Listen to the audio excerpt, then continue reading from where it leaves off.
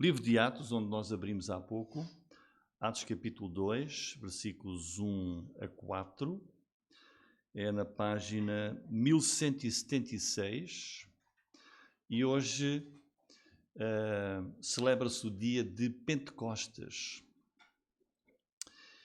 E foi precisamente neste dia, há 2000 anos, portanto, Atos capítulo 2, página 1176, há 2000 anos que ocorreu a vinda do Espírito Santo.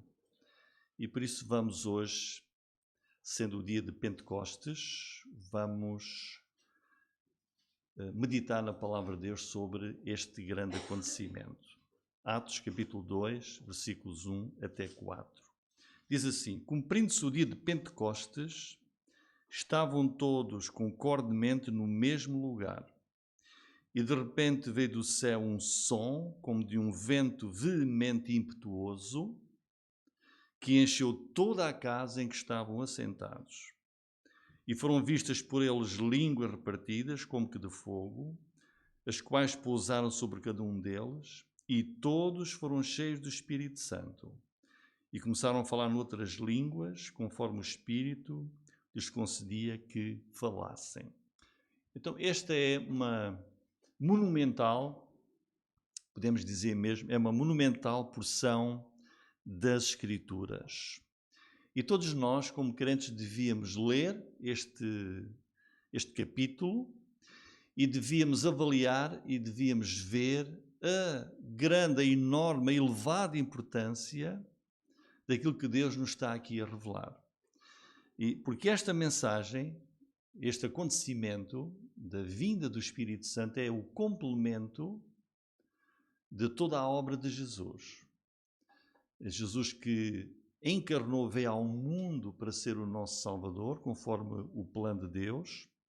E o plano de Deus para a salvação do homem perdido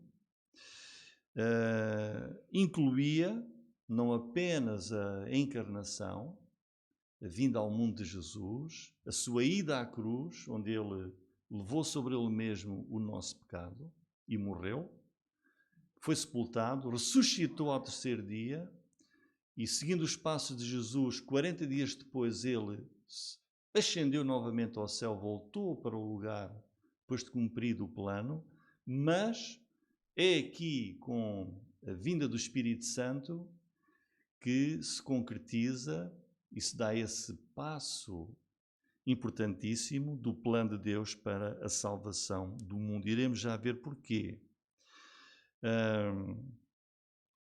Ou seja, 2000 anos depois, aqui estamos nós, deste acontecimento, aqui estamos nós novamente a recordar esse acontecimento que foi a chegada, a vinda ao mundo do céu, a pessoa do Espírito Santo. E isso faz parte do plano de Deus para a salvação. Em primeiro lugar, vamos ver a promessa. O Espírito Santo veio porque ele fez parte de uma promessa do Pai, uma promessa do Filho de Jesus, que nos foi revelada, e em particular por Jesus. Vamos ver aqui em João, eu vou ler, também vai ser projetado ali, em João capítulo 14, quando Jesus estava com os seus apóstolos para se despedir deles, na última noite, lá naquele cenáculo mobilado, Jesus disse-lhes, em João 14, 16, e eu rogarei ao Pai, e Ele vos dará outro Consolador, para que fique convosco para sempre. O Espírito de verdade que o mundo não pode receber, porque não o vê nem o conhece, mas vós o conhecereis, porque habita convosco e estará em vós. E depois também no versículo 26, Jesus disse, mas aquele Consolador, o Espírito Santo, que o Pai enviará em meu nome, portanto isto estava ainda no futuro, Jesus diz, o Pai vai enviar no meu nome o Espírito Santo. Esse vos ensinará todas as coisas e vos fará lembrar de tudo quanto vos tenho dito.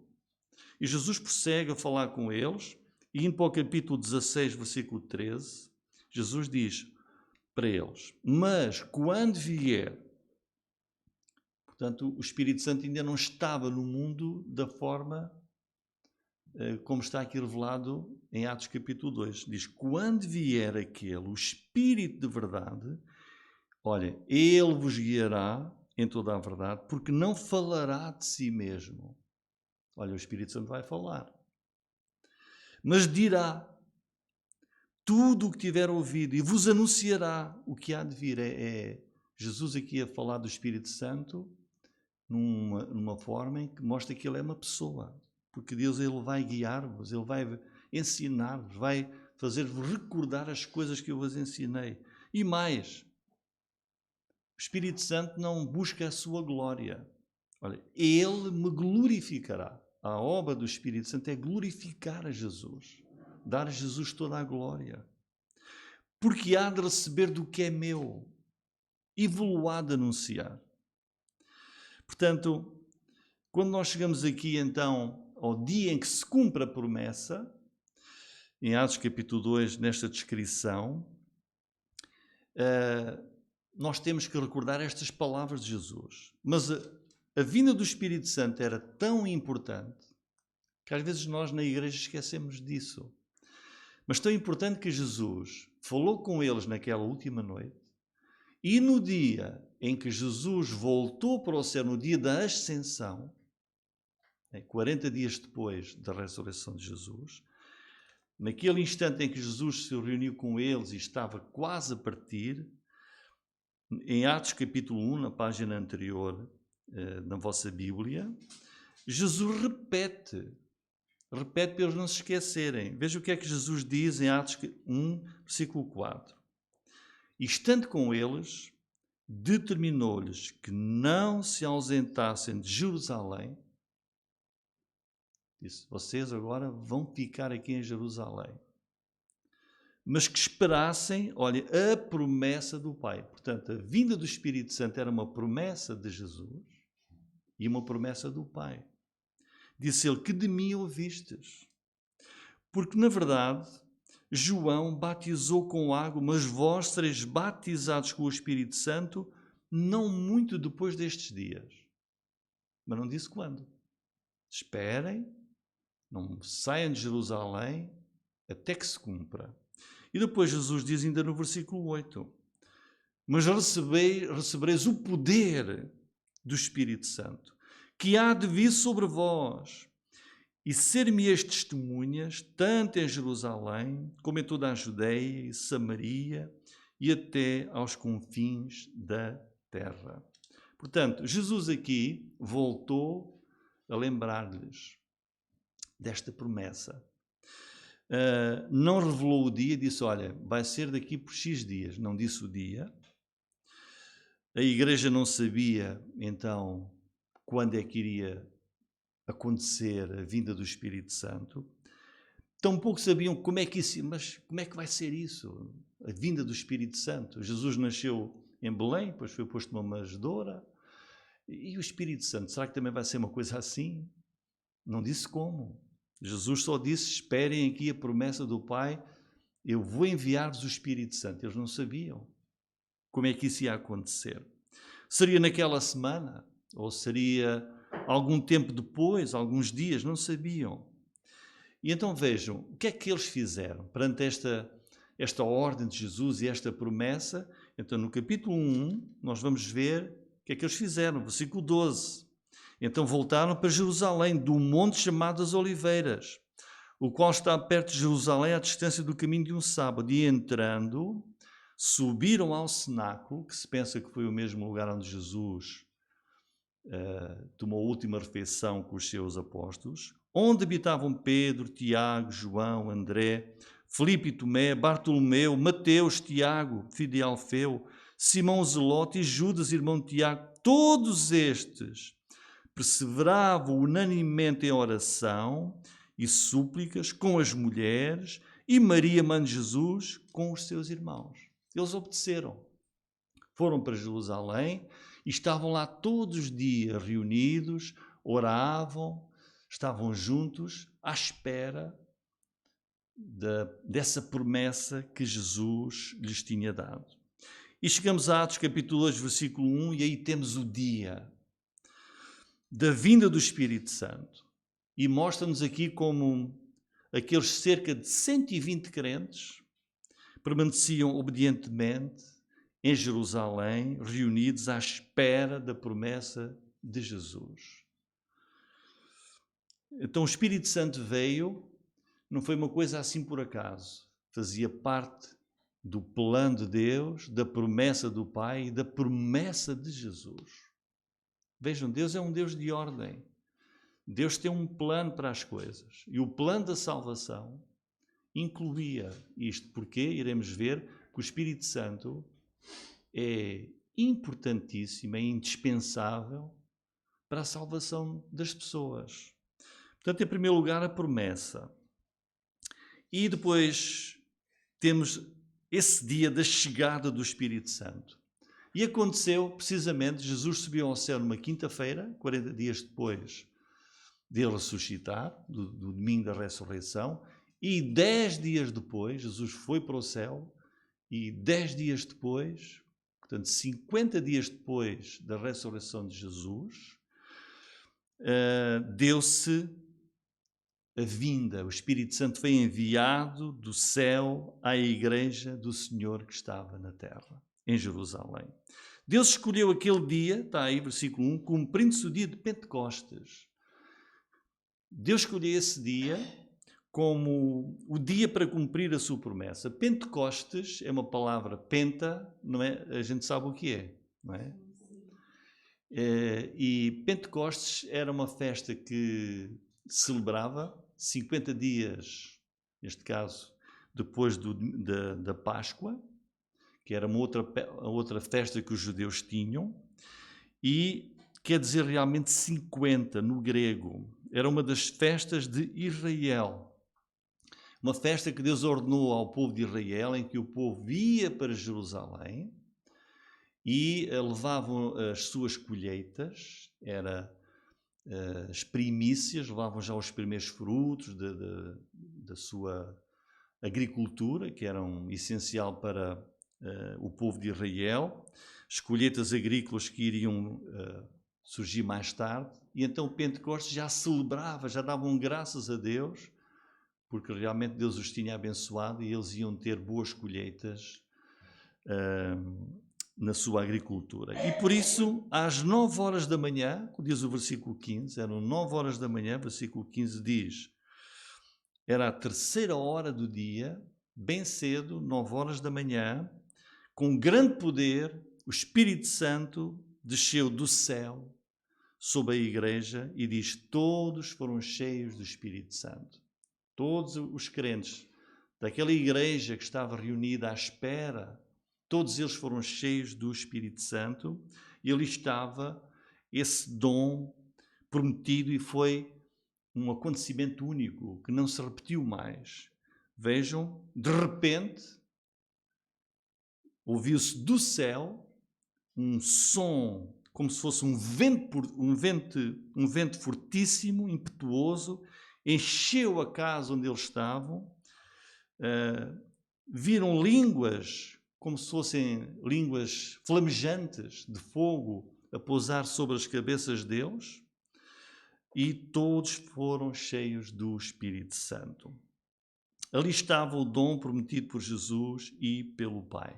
Não sabiam como seria, nem quando, e ali aconteceu, de uma forma impressionante. E porquê é que, a gente pode perguntar, mas porquê é que o Espírito Santo não tinha vindo antes?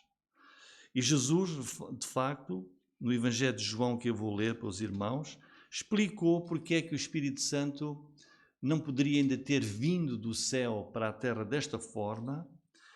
Era necessário que se cumprisse qualquer coisa. Em João capítulo 7, versículo 38, Jesus diz assim, quem crê em mim, como diz a Escritura, rios de água viva correrão do seu ventre. E isto disse ele do Espírito Santo, que haviam de receber os que nele crescem. porque o Espírito Santo ainda não fora dado, por ainda Jesus não ter sido glorificado. Ou seja, a vinda do Espírito Santo dependia de Jesus concretizar a obra da salvação, dar a sua vida em sacrifício, morrer, ressuscitar dos mortos, voltar para o céu e ir lá ser glorificado novamente à direita do Pai, no seu trono. E então aí, sendo Jesus glorificado, o Espírito Santo viria e seria enviado do céu. Dependia da obra completa de Cristo. Reparem que no capítulo 2 de Atos, mas no versículo 32, temos uma explicação ainda que acrescenta algo mais a esta revelação. Diz, Pedro está a pregar, o apóstolo Pedro naquele dia, e em Atos 2:32 ele diz assim, Deus, vejam, ressuscitou a este Jesus, do que todos nós somos testemunhas, de sorte que, vejam, Deus, Jesus ressuscitou, de sorte que, exaltado pela destra de Deus, e tendo recebido do Pai a promessa do Espírito Santo, derramou isto que vós agora vedes e ouvis. Portanto, a vinda do Espírito Santo era obra do Pai e obra de Jesus.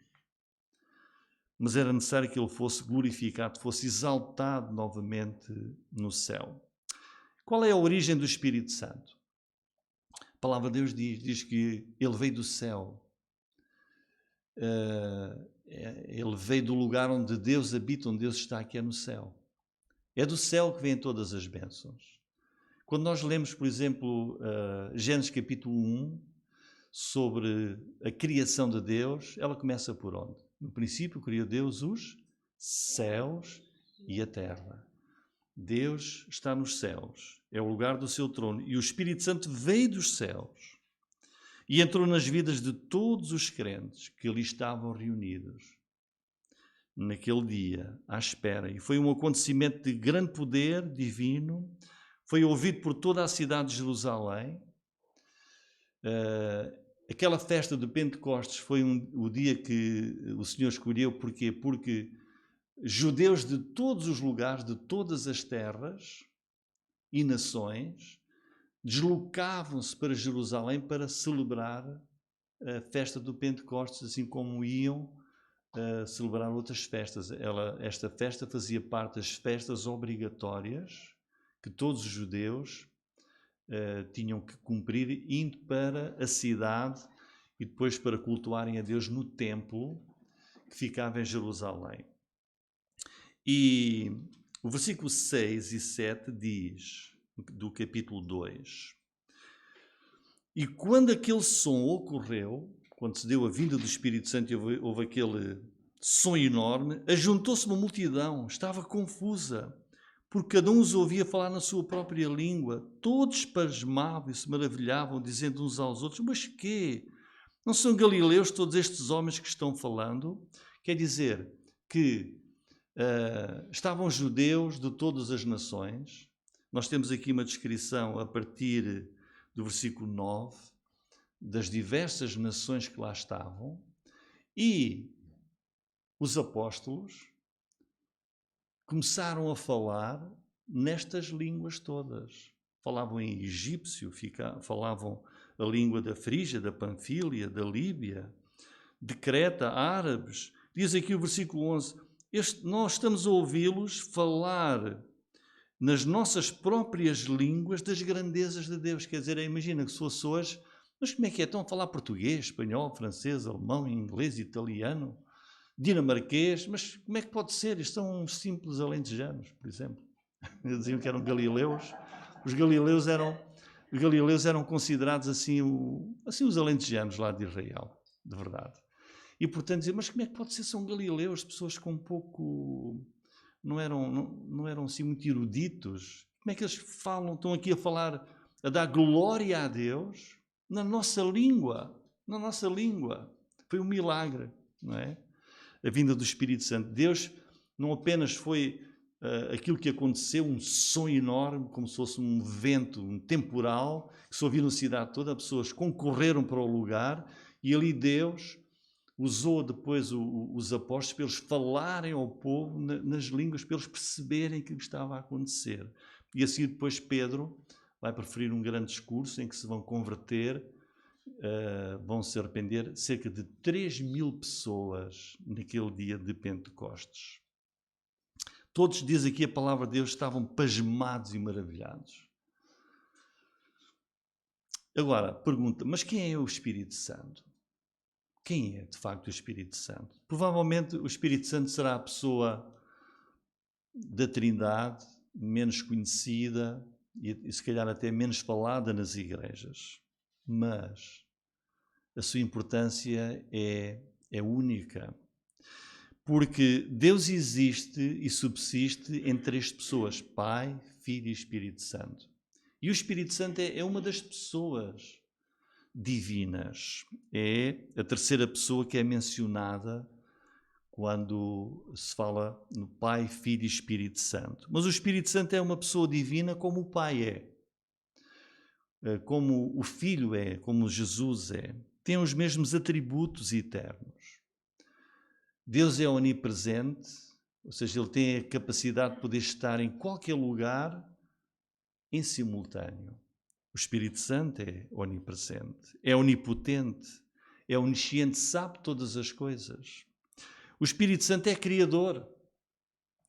Lemos Gênesis capítulo 1, versículos 1 e 2. Deus a criar e diz depois logo que o Espírito de Deus movia sobre a face das águas. O Espírito Santo é o autor das Escrituras. Nós não temos tempo agora para ver aqui, podíamos dizer onde é que está escrito na palavra de Deus que o Espírito Santo é aquele que inspirou os escritores a escreverem a palavra de Deus. O Espírito Santo fala, como há pouco Jesus disse. Quando Ele vier, Ele vai dizer tudo, Ele vai guiar-vos, Ele vai anunciar e vai dar glória a mim. O Espírito Santo pensa, tem poder, tem inteligência, tem vontade, tem direção própria. O Espírito Santo tem os mesmos atributos que o Pai e que o Filho têm. O Espírito Santo guia-nos, guia a Igreja, dá testemunho de Jesus. O Espírito Santo chama, como iremos ver e lemos no livro dos Atos dos Apóstolos, por exemplo, no Atos capítulo 13, quando diz que o Espírito Santo chamou Paulo e Barnabé e foram depois enviados como missionários a fundar tantas igrejas. Portanto, este é o Espírito Santo. E qual é a sua obra? Qual é o trabalho do Espírito Santo? A obra do Espírito Santo é tão vasta que nós não teríamos possibilidade de enumerar. Em primeiro lugar, no dia da sua vinda, neste dia, o Espírito Santo passou a viver, a morar, a habitar nas vidas de todos os crentes. E isso é fantástico. A Igreja foi fundada por Jesus Cristo. E a Igreja é o corpo vivo e ativo de Cristo aqui no mundo. E essa é a nossa história, a história da Igreja. Desde o dia em que ela foi fundada por Jesus, ao dia em que o Espírito Santo cai sobre a Igreja, os crentes ali reunidos, e lhes vai dar o poder para eles cumprirem o mandamento de Deus. Até aos dias de hoje. A Igreja foi um mistério que Deus só revelou nesta ocasião, na ocasião do Novo Testamento. Iremos ver isso numa mensagem posterior que eu irei dar para os irmãos. Portanto, a Igreja que Jesus fundou, precisava da pessoa do Espírito Santo. Para quê? Como Jesus disse, para levar os crentes e dar-nos o poder e a capacidade para nós anunciarmos o Evangelho. O Espírito Santo habita em nós e santifica-nos, guia-nos, tem uma missão única na obra da Igreja e da nossa vida como crentes. Quando o Espírito Santo veio, Jesus disse, uma das obras mais importantes do Espírito Santo tem a ver com a conversão da pessoa. Como é que uma pessoa ouve a palavra de Deus e se converte? crê. Essa é a missão do Espírito Santo. Jesus disse assim em João 16:8: e quando ele vier, que é o Espírito Santo, convencerá o mundo do pecado e da justiça e do juízo. Então vejam, a obra do Espírito Santo é mundial. Ele veio naquele dia lá em Jerusalém, mas a obra do Espírito Santo é por todo o mundo. Diz aqui, quando ele vier, convencerá o mundo. Porque Jesus deixou-nos uma missão, ir por todo o mundo. E o que é que ele faz?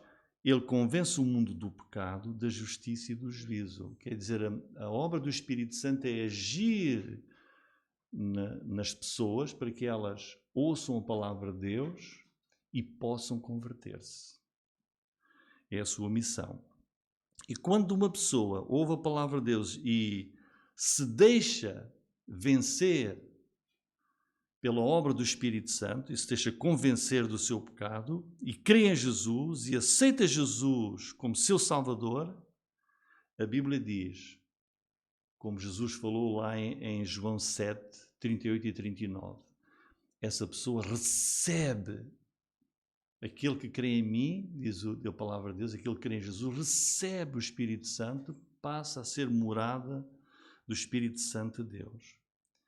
E a ação do Espírito Santo é que torna essa pessoa uma filha de Deus e a pessoa nasce de novo. Nasce do Espírito. Nasce de novo.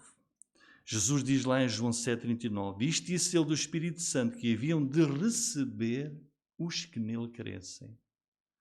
Só recebe o Espírito Santo quem recebe Jesus, quem crê em Jesus.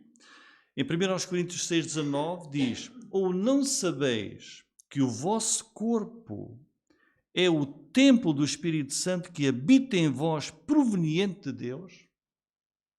O teu corpo, o meu corpo, tem cá dentro, tu que és crente, tens dentro de ti, a morar em ti, o Espírito Santo de Deus. Diz aqui, habita em vós, proveniente de Deus. É obra divina, é obra de Deus. Portanto, o Espírito Santo torna essa pessoa que se converte, torna-o membro do corpo de Cristo. Do corpo de Cristo, que é a Igreja, ao residir nele. Mas há mais. O Espírito Santo também dá poder aos crentes para poderem ir por todo o mundo, testemunhar do amor de Deus, testemunhar da justiça de Deus, porque Jesus disse ali, quando ele vier convencerá o mundo do pecado, que és um pecador, da justiça de Deus, que Deus vai julgar todo o mundo e vai dar a salvação ao crente em Jesus que se arrependeu, mas vai condenar para sempre aquele que não crê em Jesus. Convencerá o mundo do pecado, da justiça e do juízo. Essa é a missão do Espírito Santo. E por isso esse Espírito dá poder aos crentes, à Igreja, para irem, para testemunharem do amor de Deus, da palavra de Deus, do Evangelho. E isso aconteceu logo, temos aqui a prova. Sim, olha, naquele próprio dia em que o Espírito Santo veio do céu sobre a Igreja, o apóstolo Pedro pregou e 3.000 pessoas creram e arrependeram-se e foram batizadas. Creram no Salvador Jesus. Essa foi, vejam, é a prova da ação do Espírito Santo logo ali naquele dia, naquela manhã. Em conclusão, irmãos, neste dia de Pentecostes há 2000 anos, o Espírito Santo, num fenómeno único, espetacular, veio cumprindo a promessa de Jesus, a promessa do Pai, foi enviado do céu e passou a habitar na Igreja de Jesus Cristo, aqui na Terra. E esse dia marcou o raiar de um novo dia nas relações entre o Espírito Santo e a humanidade. Porquê? Porque o Espírito Santo veio para ajudar-nos, para que o mundo possa conhecer o Salvador, possa conhecer a salvação, para que o pecador creia. e têm a vida eterna, escapando à condenação do inferno. Tudo aquilo que a Igreja faz, tudo o que a Igreja tem feito ao longo destes 20 séculos, tem sido no poder e na orientação do Espírito Santo. Há 20 séculos que o Espírito Santo está a agir usando a Igreja em todo o mundo para que ela cumpra o seu papel e a fundar igrejas, porque depois, lendo o resto do livro dos Atos dos Apóstolos, vemos a Igreja sair de Jerusalém, ir para a Judeia, para a Samaria, depois são enviados Paulo e Barnabé por toda aquela região da Ásia, no poder e na força do Espírito Santo. Cada igreja, a partir de Jerusalém, Éfeso, Corinto, Filipos, Colossos, Moreira da Maia, foi fundada por causa do Espírito Santo. Castelo Branco por causa do Espírito Santo. Lagos por causa do Espírito Santo. A igreja não nasce porque a pessoa tem uma ideia, ela é fundada no poder do Espírito Santo.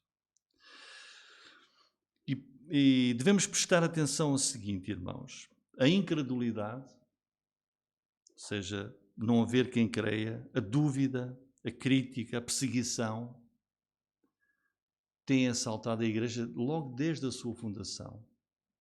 E pode continuar a acontecer. Mas nada disso pode derrotar ou impedir a obra do Espírito Santo. Porque em cada dia que passa, mais igrejas são fundadas, a cada dia milhares de pessoas em todo o mundo creem no Salvador Jesus. Porquê? Porque o Espírito Santo veio para convencer o mundo do pecado, da justiça e do juízo. E essa obra está a ser feita. A igreja é a obra de Deus. A igreja é o corpo de Cristo, é habitada pelo Espírito Santo de Deus. E a igreja é tão indestrutível como é o trono de Deus, porque a igreja é a igreja de Cristo. E aqui está a igreja à espera do cumprimento da próxima promessa, que será a vinda de Jesus, em que, nesses acontecimentos finais, Jesus virá e vai arrebatar a sua igreja e tirá-la da terra para o céu, iniciando-se o tempo da grande tribulação no mundo até à segunda vinda física de Jesus, iniciando-se depois o milénio. Jesus prometeu: edificarei a minha igreja e as portas do inferno não prevalecerão contra ela. E há 2000 anos, naquele dia de Pentecostes, o Espírito Santo veio do céu para ficar para sempre na igreja, em nós. Glória ao nome do Senhor Jesus Cristo. Glória ao nosso Pai, que nos mandou o Espírito Santo para que nós pudéssemos crer em Jesus, para podermos ser igreja e continuarmos essa obra da salvação. Amém.